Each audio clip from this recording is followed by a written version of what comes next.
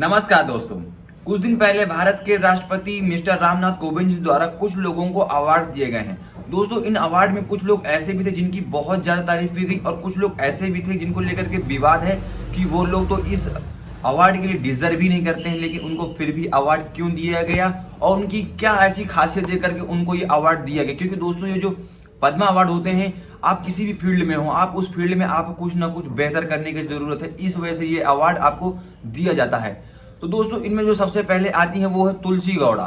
तुलसी गौड़ा दोस्तों, ये ऐसी लेडीज है जिन्होंने अब तक 30,000 पेड़ लगाए हैं दोस्तों, इस वजह से इनको ये अवार्ड दिया गया है। दूसरे नंबर पर हमारे आते हैं हरकेला हजब्बा। दोस्तों, ये एक बार एक रोड पे संतरे बेच रहे थे और संतरे बेचने के बाद कोई इनसे आता है और इंग्लिश में संतरों का प्राइस पूछता है, तो ये उस टाइम पे प्राइस इंग्लिश में नहीं बता पाते हैं। इस वजह से इन्होंने ठान लिया था कि अब मैं किसी के साथ, मतलब जो भी मेरे बच्चे हैं, हमारे गांव के जो भी बच्चे हैं, मतलब उन लोगों को किसी को कोई एजुकेशन की कोई दिक्कत ना हो, इस वजह से उन्होंने अपना एक खुद का स्कूल खोलने का निर्णय लिया और उन्होंने ये करके भी दिखाया सन 2000 में। और उनके स्कूल में इस टाइम पे, प्रेजेंट टाइम पे 200 स्टूडेंट पढ़ रहे हैं दोस्तों। और दोस्तों, तीसरे नंबर पे आते हैं मोहम्मद शरीफ। मोहम्मद शरीफ दोस्तों, ये अयोध्या में एक साइकिल रिपेयरिंग का काम करते हैं दोस्तों। सन 1992 में जब वहां पे दंगा हो रहे थे तो इनका बेटा, जिनका नाम रहीस था दोस्तों, वो लापता हो गया था, लेकिन बाद में पता चला था कि वो लापता नहीं हुआ, उसका मर्डर कर दिया गया। मर्डर होने के बाद दोस्तों, उसकी डेथ बॉडी रोड पे ही पड़ी हुई थी, जिसके वहां पे आवारा जानवर आ रहे थे और उस बॉडी को खा रहे थे। इसके बाद दोस्तों, इन्होंने ठान लिया था कि जो मेरे साथ हुआ है, जो मेरे बच्चे के साथ हुआ है, मेरे बेटे के साथ हुआ है, वो मैं दोबारा किसी के साथ होने नहीं दूंगा। तो दोस्तों, ये अब क्या करते हैं कि जो भी वहाँ पे जो भी कोई हिंदू की कोई डेथ होती है या उसकी कोई मृत्यु होती है, तो उस हिंदू को ले जाकर के उसका अंतिम संस्कार करवाते हैं, और अगर किसी मुस्लिम की डेथ होती है तो उसको ले जाकर के उसको दफनवाते हैं। ये इन्होंने अब ठान लिया, इस वजह से इनको ये अवार्ड दिया गया, और जो कि एक बहुत ही तारीफ के काबिल भी है। अब दोस्तों, एक अवार्ड जिनको मिला है वो आती है कंगना रनौत, जिनको लेकर के सबसे ज्यादा कंट्रोवर्सी और सबसे ज्यादा विवाद इन्हीं को लेकर के कि इनको किस चीज में इनकी बेहतर परफॉर्मेंस को देख करके इनको अवार्ड दिया गया है। तो दोस्तों, इन्होंने अब तक अपनी लाइफ में टोटल 5 से 6 फिल्में, हिट फिल्में दी हैं, और इनके अलावा इन्होंने और कोई अच्छा काम किया नहीं है। तो क्या दोस्तों, अगर कोई 5-6 फिल्में हिट दे देता है तो क्या उसको पद्मश्री अवार्ड मिल जाना चाहिए? अगर ऐसा है, 5-6 फिल्में हिट देने से अवार्ड मिल जाता है, तो बॉलीवुड में शायद हर एक्टर और एक्ट्रेस के पास में पद्मश्री अवार्ड का भंडार लग जाएगा और बॉलीवुड में पद्मश्री अवार्ड ही दिखेंगे। लेकिन दोस्तों, इतना ही नहीं, कंगना रनौत ने अभी कुछ दिन पहले सोशल मीडिया में इतनी सारी हेट स्प्रेडिंग की है, काफी सारी नफरतें फैलाने वाली पोस्टें की हैं, जिनके तहत दोस्तों इनका अकाउंट ट्विटर पर बैन भी कर दिया गया है। तो क्या जो व्यक्ति ऐसी चीजें करता है, जो सब नफरत फैलाता है, क्या वो लोग मतलब पद्मश्री अवार्ड के लिए डिजर्व करते हैं?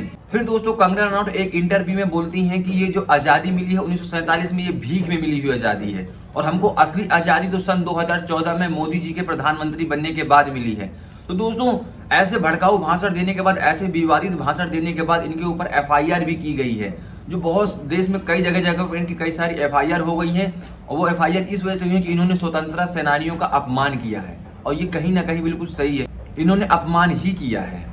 फिर दोस्तों, इतना ही नहीं, कंगना रनौत नहीं रुकती हैं, इसके बाद में उन्होंने कल यानी 16 नवंबर को अपने इंस्टाग्राम अकाउंट पे, क्योंकि ट्विटर अकाउंट तो उनका बैन ही हो चुका है, तो अपने इंस्टाग्राम अकाउंट पे वो एक स्टोरी लगाती हैं, और उस स्टोरी में वो बोलती हैं, either you are a Gandhi fan और Netaji supporter, you can't both, choose and decide. मतलब वो कहती हैं कि अगर आप गांधी या नेताजी के दोनों के आप सपोर्टर है या समर्थक है, तो आप दोनों में से दोनों के नहीं हो सकते हैं, आपको कोई एक पसंद करना पड़े, किसी एक को चुनना पड़ेगा आपको। इसके बाद दोस्तों, वो अपने अगली स्टोरी में कहती हैं कि एक गाल आगे करने से सिर्फ भीख मिलती है, आजादी नहीं मिलती है। तो दोस्तों, कहीं ना कहीं इनका कहने का मतलब है कि गांधी जी को अहिंसा का नहीं, हिंसा का पुजारी होना चाहिए था। फिर दोस्तों, ये सिलसिला यही नहीं रुकता है, कंगना अपनी अगली स्टोरी में फिर बोलती हैं कि गांधी जी चाहते थे कि भगत सिंह फांसी में चढ़ जाएं, इसी वजह से गांधी जी ने भगत सिंह की फांसी नहीं रुकवाई। तो दोस्तों, इनके इस बयान पर मैं एक बात बता दूंगा, साल 1928 में साइमन कमीशन के खिलाफ विरोध प्रदर्शन में कांग्रेस के वरिष्ठ नेता लाला लाजपत राय को पुलिस अधिकारियों ने, यानी अंग्रेजों के पुलिस अधिकारियों ने उनको बुरी तरह से मार मार के घायल कर दिया था। इसके कुछ दिन बाद उनकी मृत्यु भी हो गई। तो इस चीज को लेकर के भगत सिंह के अंदर काफी आक्रोश था, काफी गुस्सा था, तो उन्होंने ठाना था कि वो पुलिस अधिकारियों को जाके मारेंगे। तो भगत सिंह ने बदला लेने के लिए अपने साथियों के साथ पुलिस सुपरिटेंडेंट स्कॉट को मारने की प्लानिंग की, लेकिन दोस्तों, एक साथी की गलती की वजह से स्कॉट की जगह 21 साल के पुलिस ऑफिसर सैंडर्स की हत्या हो गई थी। इस हत्या के मामले के बाद दोस्तों, भगत सिंह गिरफ्तार नहीं हुए। इसके बाद में उन्होंने कुछ समय के बाद असेंबली सभा में एक बम फेंका, असेंबली सभा में बम फेंकने के बाद भगत सिंह और उनके साथी बटुकेश्वर दत्त दोनों भाग तो सकते थे, लेकिन उन्होंने अपने आप खुद को सरेंडर करा दिया था। जब भगत सिंह को गिरफ्तार किया गया था तो उनके पास में उनकी एक रिवॉल्वर भी थी और कुछ समय बाद ये प्रूफ किया गया था कि जब पुलिस ऑफिसर सैंडर्स की हत्या हुई थी तो उसी रिवॉल्वर का इस्तेमाल किया गया था। तो दोस्तों, असेंबली सभा में बम फेंकने के मामले में भगत सिंह पकड़े गए थे, इस वजह से उनको सैंडर्स की हत्या के गंभीर मामले में फांसी की सजा दे दी गई थी। फिर दोस्तों 17 फरवरी 1931 को वायसराय इरविन और गांधी जी के बीच बातचीत की शुरुआत हुई और फिर 5 मार्च 1931 को उनके बीच में आपसी समझौता हो गया था।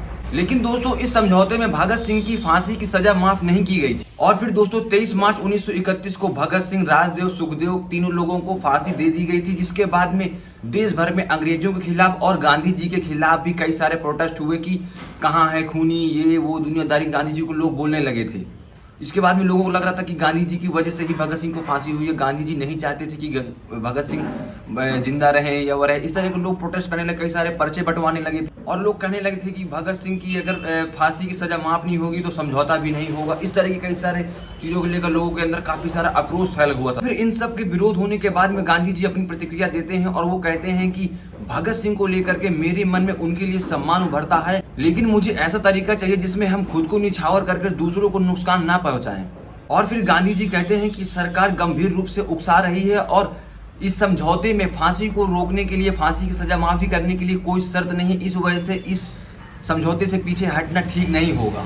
फिर गांधी कहते हैं कि उनके इन कामों को लेकर के अगर देश में कोई लोगों को फायदा हो रहा है, ऐसा मैं नहीं मानता हूं। अगर ऐसा होने लगा, खून करके शोहरत हासिल करने की अगर प्रथा शुरू हो गई तो हर लोगों को, हर किसी के अंदर मतलब मार करके और उसी में न्याय तलाशने लगेंगे। बल्कि दोस्तों, उस समय भगत सिंह खुद अपनी सजा की माफी के लिए खुद भी वो तैयार नहीं थे, क्योंकि उनके पिताजी ने जब कहा था अर्जी डालने के लिए तो उन्होंने साफ शब्दों में कड़ा जवाब देकर के इस बात को कहा था। और दोस्तों, गांधी जी भगत सिंह की सजा को माफ नहीं करवा सके, इस चीज को लेकर के भगत सिंह के अंदर गांधी को लेकर के कोई नाराजगी हो, इन सब चीजों को लेकर के अभी तक कोई फैक्ट नहीं मिले हैं आज तक। दोस्तों, वर्तमान में प्रेजेंट टाइम में लोग भगत सिंह का नाम का इस्तेमाल दो तरीके के लिए करते हैं। दोस्तों, एक तो हो गया गांधी की बुराई करने के लिए और दूसरे जो नारेबाजी करने वाले लोग होते हैं, बोलते हैं वामपंथी, नास्तिक, बौद्धिक, सांप्रदायिकता का विरोधी थे।